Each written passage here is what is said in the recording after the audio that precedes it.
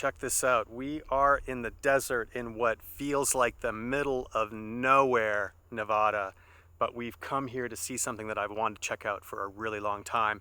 It is the Crescent Dunes Solar Concentrating Farm. So it's right behind me there. That huge tower is collecting solar energy from the panels that are on the ground around it. This is quite different from the solar panels that I got on the roof of my house, which basically generate electricity directly to power my home.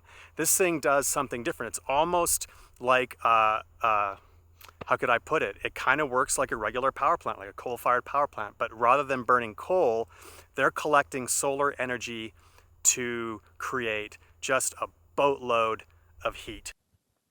Okay, so like I was saying, this thing works quite a bit different from the solar panels on the roof of a house. Basically, you've got that tower over there on the right.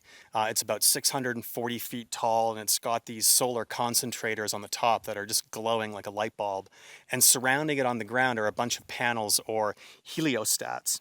And sunlight is concentrated and directed from this large field of heliostats to a receiver at the top of the tower. And then underneath that tower is a tank containing cold salt, and that cold salt is liquefied and pumped through a receiver where it's heated to about 550 centigrade. And that heat to create the hot salt comes from the heat of the sun that's being concentrated at the top of the tower. The heated salt from the receiver then gets stored in a tank, and then that hot salt can be pumped even when the sun isn't shining anymore through a steam generator to create high temperature, high pressure steam. And that steam drives a steam turbine, which is ultimately what generates the electricity.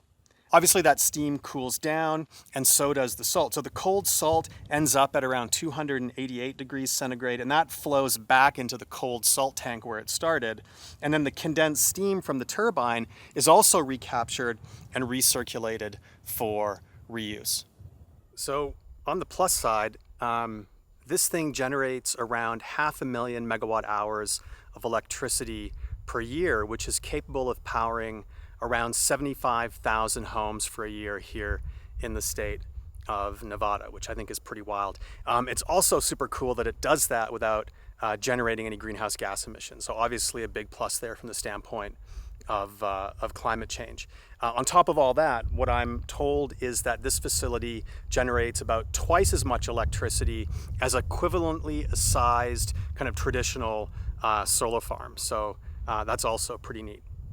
On top of all that, the BLM celebrates the fact that there's a whole bunch of thriving native species around here, though I have a hard time believing that it's because of this thing. But anyway, they say that there are a bunch of species that are doing well around here.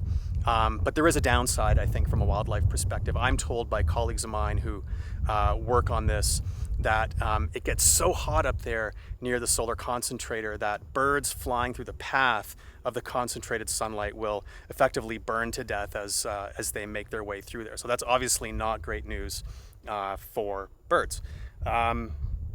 So like my friend Doug always tells me, energy systems don't come without trade-offs, and this one certainly is no different. We're getting, a fairly reliable source of electricity out here in the desert where the sun is shining. It's produced without burning fuels and creating greenhouse gas emissions, but there's this negative land use and wildlife consequence. So at the end of the day, it's up to us as society to decide if this is something that, we're willing to live with. And frankly, I'm just one guy, and my opinion probably doesn't mean all that much, nor should it. But I think this is pretty neat, and I probably could live with this. I want to learn a little bit more, but for now I like it, and maybe long term at least A for effort, and maybe even more than that. Is this the future? I don't know. Time will tell.